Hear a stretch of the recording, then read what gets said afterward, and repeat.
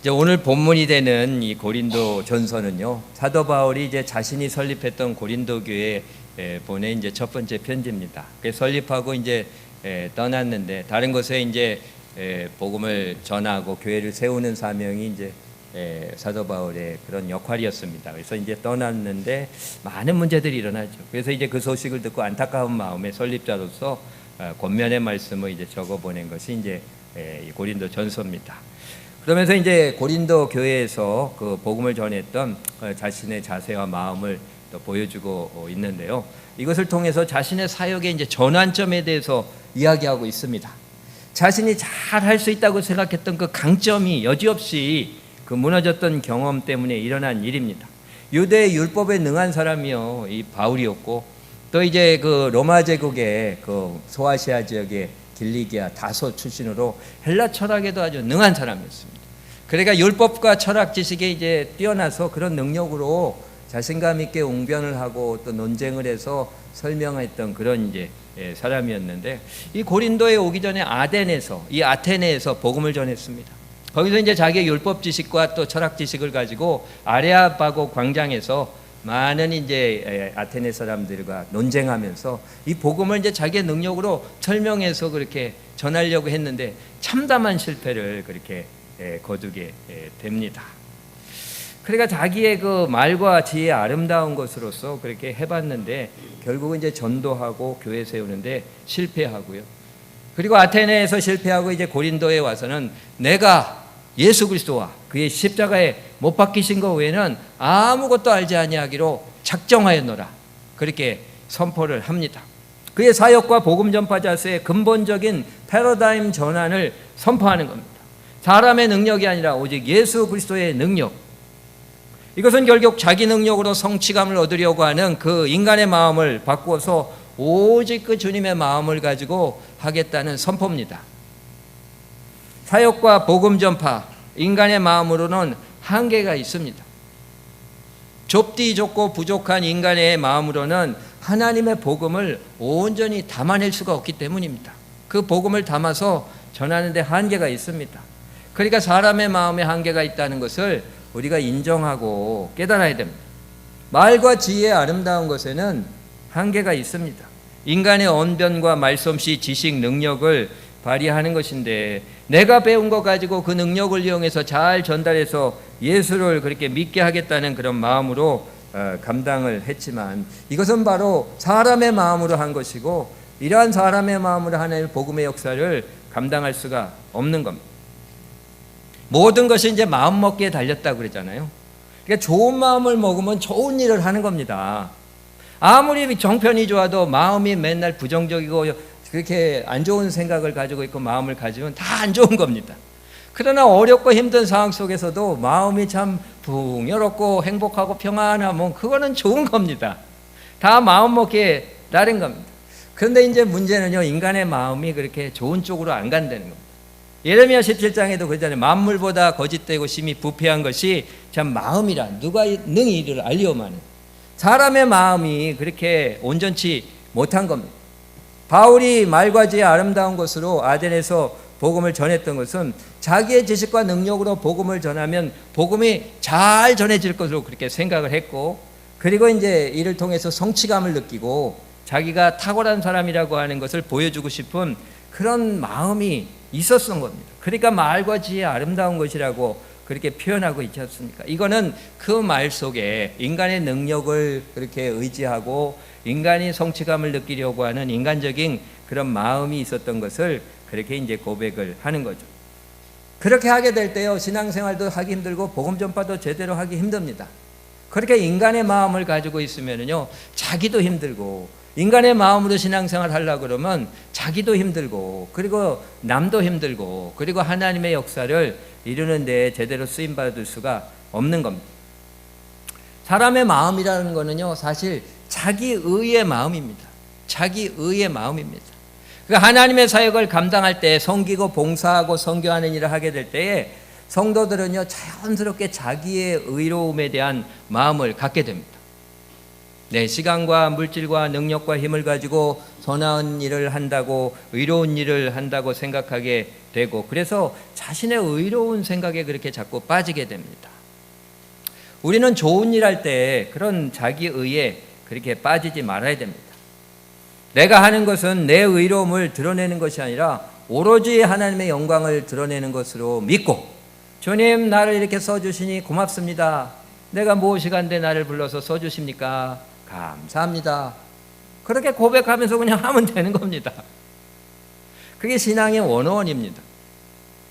근데 가정 안에서도 그렇습니다. 가족들을 위해서 그렇게 일하고 좋은 일을 하면서 자기 의에 사로잡혀서 그렇게 짜증을 내고 화를 내기도 합니다. 남편이나 아내나, 남편은 내가 돈을 벌고 내가 가정을 위해서 그렇게 헌신하고 애를 쓰는데 나한테 인정해 주는 게 뭐가 있어 이렇게 이제 하고, 또 아내분들은 또 그럴 수도 있습니다. 가족들을 위해서 그렇게 희생하고 가사일을 그냥 밤낮 없이 그냥 병생하는데도 고맙다는 얘기 한 번 한 적 있나, 뭐 나한테 뭐 잘해준 거 있어, 그러면서 이제 불평과 원망을 할 때가 있습니다. 우리가 사역을 하면서 하나님의 일을 할 때도 자기 의를 드러내고자 하는 마음이 자연스럽게 생깁니다. 특별히 선교를 할 때 그런 마음이 생길 수가 있습니다. 선교 굉장한 거잖아요. 자기의 시간과 물질과 그냥 위험을 감수하고 선교가니까 거기에 대한 의로운 마음이 많이 생깁니다. 어떤 분은 그렇게 얘기하더라고요. 자기들 선교가 참여하게 된 이유가 참 그냥 나도 할 수 있다는 걸 보여주고 싶었다는 거예요. 그래서 이제 자기의 어떤 그 선교에 참여하는 그 성도로서의 그런 위험을 감수하는 탁월한 신앙을 보여주고 싶었다는 생각이 있었는데, 이제 간증을 하면서 그게 이제 잘못이었다고 회개하는 고백을 합니다. 성도는요, 크라운 마인드가 아니라 크로스 마인드로 섬겨야 됩니다. 성도는 사장 마인드가 아니라 종의 마인드로 섬겨야 됩니다. 성도는요, 성공 마인드가 아니라 섬김의 마인드로 섬겨야 됩니다. 사람의 마음으로 하나님의 일을 하면요, 반드시 그르치게 돼 있습니다. 인간의 마음으로 하나님의 일을 담아낼 수가 없기 때문에 그렇습니다. 특별히 우리가 아르헨티나 과라니족 선교를 하게 되는데, 선교여행에 참가하는 분들이나 혹은 중보하고 또 선교헌금하고 또 도네이션하고 여러 가지 그렇게 보내는 사역을 하는 분들이나 다 인간의 마음으로 하지 아니하고 사람의 마음이 아니라 하나님의 마음으로 해야 됩니다. 자기의 능력과 자기를 주장하는 마음으로 그렇게 하게 되면 반드시 탈이 나게 돼 있습니다. 3절을 보면요, 내가 너희 가운데 거할 때에 약하고 두려워하고 심히 떨었노라. 그러니까 사람의 마음으로 하게 될 때요, 불안하고 두렵고 힘들어집니다. 사람이 불안할 때 사고칩니다. 자꾸 이렇게 불안하니까 이렇게 예민하고 뭔가 조금 안 되는 일이 있고 그러면 감정이 폭발하고 자꾸 이렇게 넘어지고 쓰러지는 그런 모습들을 보게 됩니다. 평안함이 있어야죠. 이게 secure 해야 됩니다. insecure하면 자꾸 이렇게 흔들리는 거예요. 그러면서 자꾸 자기 뜻대로 안 될 때 나타나는 그런 은혜롭지 못한 모습이 참 하나님의 영광을 그렇게 이제 가리게 됩니다. 디모데후서 1장 7절은 말씀합니다. 하나님이 우리에게 주신 마음은 두려워하는 마음이 아니요 오직 능력과 사랑과 근신하는 마음이라, 이렇게 얘기하잖아요. 그러니까 하나님이 주신 마음을 그렇게 갖게 되면 두려워하지 않고 능력 있게 사랑으로 근신 절제하며 섬기게 되는 거예요. 사람이요, 능력이 있고 또 사랑을 하게 되면 절제할 줄 있게 됩니다. 능력이 있는 사람은 컨트롤할 수 있는 사람이 능력 있는 사람입니다. 그냥 막 힘이 세가지고 힘이 센데 컨트롤이 안 되면 무슨 의미가 있습니까? 그냥 엑셀레터는 잘 밟은데 브레이크가 작동이 안 되면 그거는 그냥 그냥 그 브레이크 없는 전차로 갔다가 자기도 좋고 남도 좋고 그렇게 되는 거 아닙니까? 파워도 중요하지만 컨트롤이 중요합니다. 그게 진짜 능력입니다. 사랑을 하게 되면 근신하고 절제할 수가 있습니다. 입술을 조심하고 또 행동 거지를 절제하고 내가 정말 하나님의 은혜 역사를 위해서 참을 수 있고, 그게 이제 하나님이 주신 하나님의 마음입니다. 참 우리의 인생과 사역은 사람의 마음이 아니라 하나님의 마음으로 감당해야 됩니다. 그래야 제대로 감당할 수가 있습니다. 우리가 우리의 인생에 초를 켜서 빛을 비추는 복음의 빛을 비추는 사람들 아닙니까? 근데 초를 태워서 그렇게 빛을 비출 때 심지를 태우면 안 되잖아요. 기름을 태워야지. 심지를 태우면 그냥 지지직 하다가 냄새 내다가 그냥 꺼집니다. 그러니까 안달하고 힘들고 그냥 지지직 소리 나다 얼마 못 갑니다. 심지를 태우면. 그 초 기름을 태워야 되지 않습니까? 그러니까 우리가 이 사역을 감당하고 섬기고 신앙생활 하는 모든 것들은 결국은 이제 우리의 초를 비춰서 그 빛을 비춰서 복음의 역사를 이뤄가는 그런 사명을 감당하는데, 인간의 마음으로 하는 것은 심지를 태우는 겁니다. 지지직 하다가 꺼버리면. 그러나 기름을 태워야 돼요. 그런 이제 하나님의 마음을 가지고 여유롭게 능력 있게 정말 효과적으로 그렇게 감당하게 되는 거죠. 그래서 이제 우리는 주님의 마음을 품고 주님의 일을 감당해야 됩니다. 넘겨주십시오. 내가 너희 중에서 예수 그리스도와 그의 십자가에 못 박히신 것 외에는 아무것도 알지 아니하기로 작정하였노라. 아주 작정하고 선포합니다. 사람의 말같이 아름다운 것이 아니라 예수 그리스도 그분의 십자가 못 박히신 것 외에는 아무것도 알지 아니하기로 작정했노라. 나는 항상 예수님만 기억하고 예수님의 십자가만 가슴에 품고 섬기겠다는, 예수님의 마음으로 하겠다고 고백하는 겁니다. 종교사회학자인 이원규 교수가요, 머리 종교에서 가슴의 종교로 그렇게 그 책에서 머리 종교의 몰락에 대해서 그렇게 얘기합니다. 현대 서구 기독교인들은요, 인간의 이성과 지성을 바탕으로 한 머리 종교를 추구하면서 인간 중심적인 인간이에 기초한 신학을 펼치는 가운데 교회들이 결국 쇠퇴해가는 결과를 초래하고 말았다, 그렇게 진단합니다. 이러한 입장의 서구 신학자들, 목회자들은요, 반지성적이고 비합리적인 전통 기독교의 신앙을 비판하면서 세속주의적인 새로운 개혁의 필요성을 역설합니다. 이런 합리적이고 지성적인 현대인들이 받아들일 수 없는 성서의 신앙적 개념은 과감하게 버리거나 현대적인 것으로 재해석해야 된다고 그렇게 주장합니다. 그런데 이거는 별로 얻는 것이 없는 대신에 많은 것을 잃게 했다고 하는 거예요. 현대적인 지성과 초월적 신앙을 맞바꾸는 것에 대해서 많은 복음주의적 신학자들, 목회자들은 철저히 손해보는 장사를 한 것에 불과하다, 그렇게 선포합니다. 원래 종교의 가장 중요한 본질은 성스러움과 거룩성이 있습니다. 인간의 합리적이고 이성적이고 의로움을 추구하는, 자기 의로움을 추구하는 그런 자기중심적인 마음이 아니라 신비롭고 거룩하고 희생적이고 따뜻하고 성스러운 하나님의 마음을 품고 신앙생활을 하고 사역하는 것을 의미하는 거죠. 우리가 진정으로 추구해야 되는 것은 하나님의 마음을 갖는 겁니다. 그 마음 갖는 거를요, 우리가 사모해야 됩니다.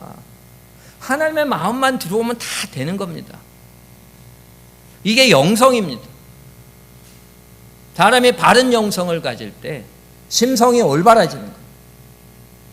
내 영혼이 잘된 같이 범사에 잘 된다고 그랬잖아요. 영혼이 잘 되면, 하나님의 마음을 품으면 우리의 정신적으로 마음도 고와지고 입술도 변화되고 행동거리도 변화되고 관계가 변화되고, 이 마음 씀씀이가 변해야 사람이 변하는 겁니다. 우리 항상 부족한 마음 씀씀이, 그 부족한 생각, 그것 때문에 우리가 실수하잖아요. 하나님의 마음을 품게 될 때에 정말 우리는 참된 영성을 가지고 모든 것을 사랑하게 됩니다. 왜냐하면 하나님 사랑이시잖아요. 그러니까 모든 피조물들을 다 사랑으로 바라보고 섬기게 되는 겁니다. 하나님의 마음은 당신의 아들 예수 그리스도, 그분이 달린 십자가입니다. 당신의 독생자까지 아낌없이 우리를 내어주신 하나님의 그 사랑, 예수 그리스도 그 십자가에 못 박히신 것이 바로 그분의 마음입니다. 요한일서 4장이 선포합니다. 하나님의 사랑이 우리에게 이렇게 나타나신 바 되었느니 이는 자기의 독생자를 세상에 보내심은 그로 말미암아 우리를 살리려 하심이라. 사랑은 여기 있으니 우리가 하나님을 사랑한 것이 아니요 하나님이 우리를 사랑하사 자기 아들을 화목제물로 우리에게 내주셨습니다. 하나님이 우리를 이와 같이 사랑하셨으니 우리도 서로 사랑하는 것이 마땅하도다.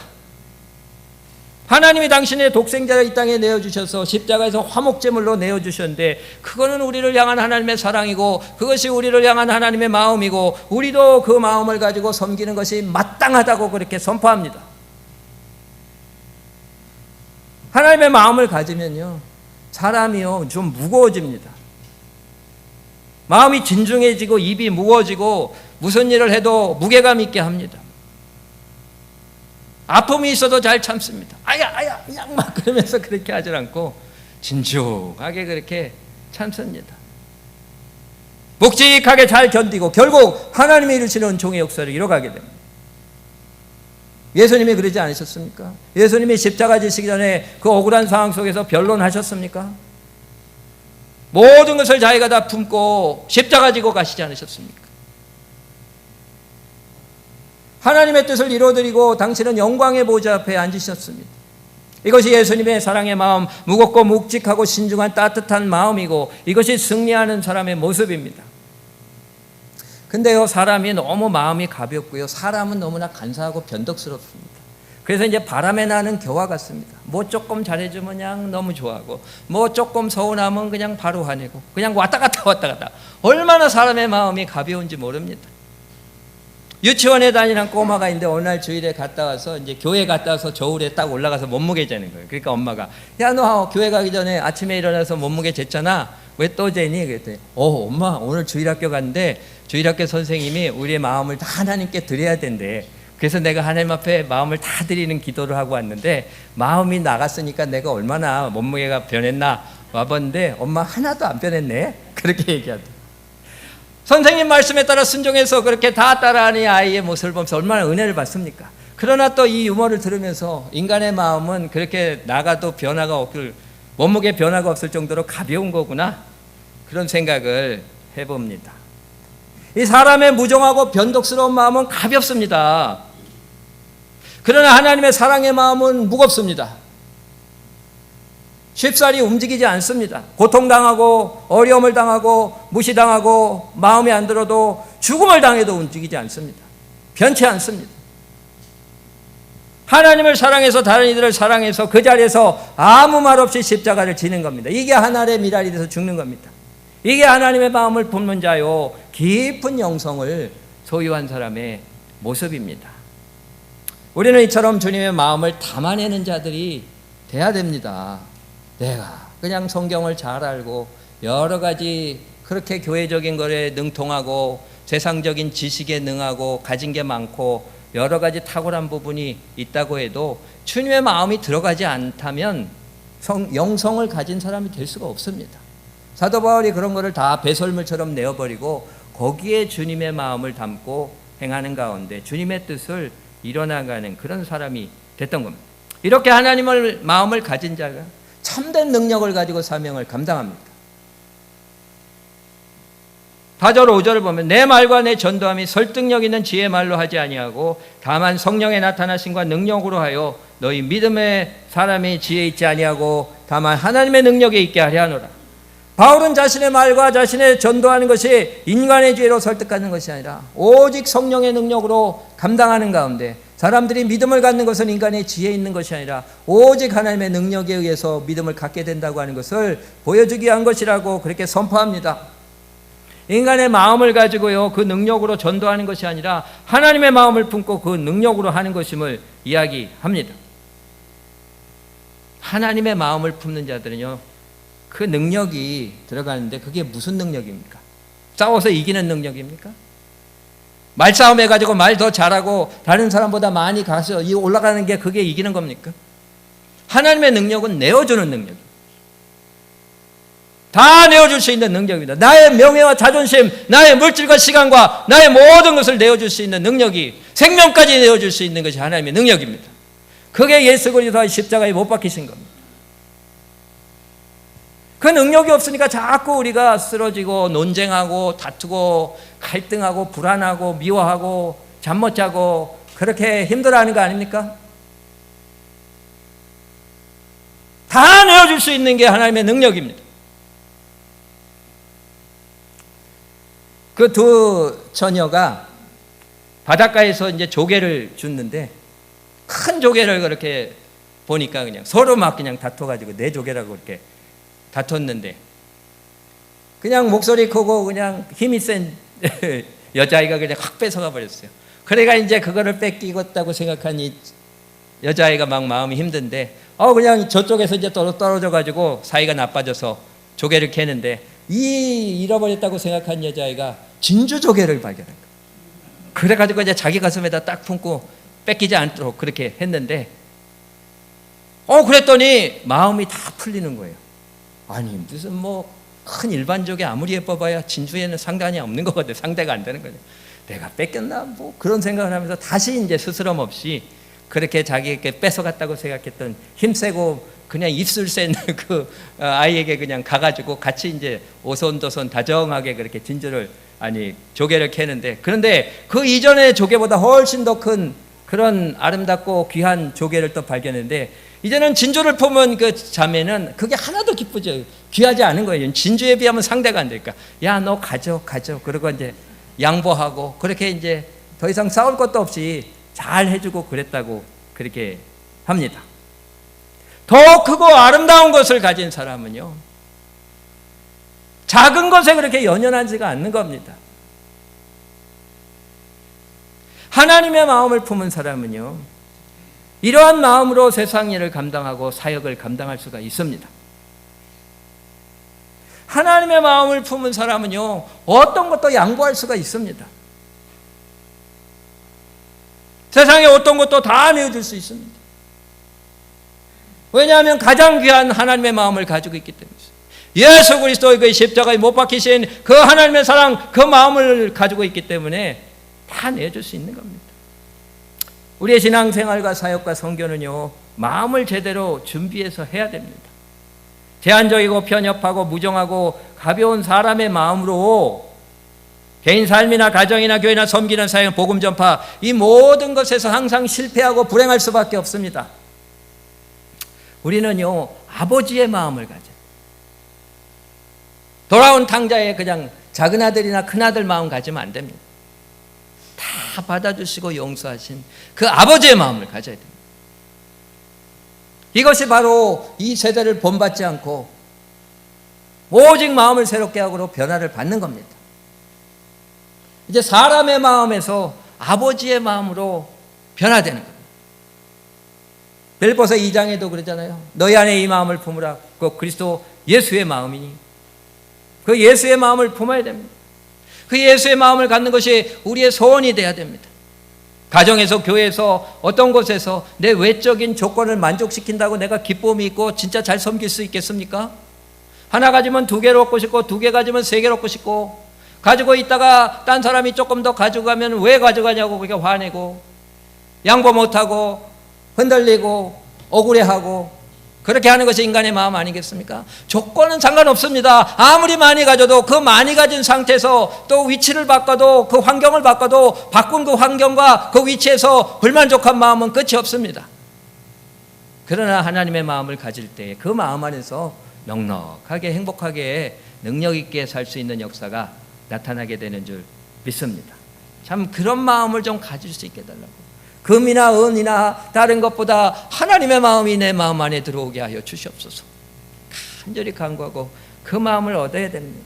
사도 바울처럼 인생과 신앙의 전환점을 우리가 맞이하게 되기를 바랍니다. 내 마음 안에 하나님의 마음을 채우기를 바랍니다. 참된 영성의 사람으로 변화되는 역사를 체험하고 이제 주님의 마음을 품고 살아가는 자들이 되기를 간절히 사모하며 기도하며 애쓰시기를 바랍니다. 지난 금요기도회에서도 우리 이제 선교팀에 대한 그런 이제 당부를 하는 말씀을 나누면서 이제 우리가 몸 만들기를 하잖아요. 몸 만들기. 그러니까 이제 여름에 뭐 해변가에 가기 전에 피트니스 센터에 그냥 몇 달쯤 그냥 가가지고 막 그냥 이렇게 저렇게 하고, 아 이쪽에 좀 들어가게 하고 배도 좀 들어가게 하고, 수영복 입고 나서 남들한테 창피하지 않게 좀 몸 좀 갖고 가야지, 그러고 몸 만들기 하는데, 우리는 몸 만들기 전에 마음을 만들어야 됩니다. 하나님 나라는 마음속에 있다고 그러지 않습니까? 하나님의 마음을 갖는 자는 하나님의 나라를 누리는 줄 믿습니다. 하나님의 나라가 있어야 하나님의 나라를 나눠줄 거 아닙니까? 하나님의 마음을 품어서 하나님의 나라를 소유하고 마음껏 누리고 어디서나 그 하나님의 나라를 나눠줄 수 있게 되기를 바랍니다. 우리 특별히 아르헨티나 과라이족 선교행 가는 우리 선교팀은 이 하나님의 마음을 담아가야 될 줄 믿습니다. 어떤 다른 동기나 어떤 목적이나 어떤 인간의 마음으로 가서는 안 됩니다. 그러면 나도 상처받고 시험 들고 참 선교지나 돌아온 교회에서나 어려움이 있습니다. 그러나 우리가 하나님의 마음을 온전히 준비해서 나아갈 때에 우리 하나님의 나라를 가지고 가는 것이고 그 땅에 하나님의 나라를 나눠주고 정말 기쁨 가운데 돌아와서 계속해서 하나님 나라를 확장시키는 사명을 감당하게 될 줄 믿습니다. 이런 하나님의 마음을 가지고 살아가며 섬기는 저와 여러분들이 다 될 수 있기를 주님의 이름으로 축원합니다. 기도하시겠습니다. 내가 예수 그리스도와 그의 십자가에 못 박히신 것 외에는 아무것도 알지 아니하기로 작정하였노라. 하나님, 사도 바울이 이렇게 자신의 삶과 신앙 사역의 패러다임을 전환합니다. 인간 중심에서 하나님 중심적으로 사람의 마음이 아니라 하나님의 마음을 담아 감당하기로 결단합니다. 하나님, 우리도 이러한 전환을 이루는 자들이 되게 하여 주시옵소서.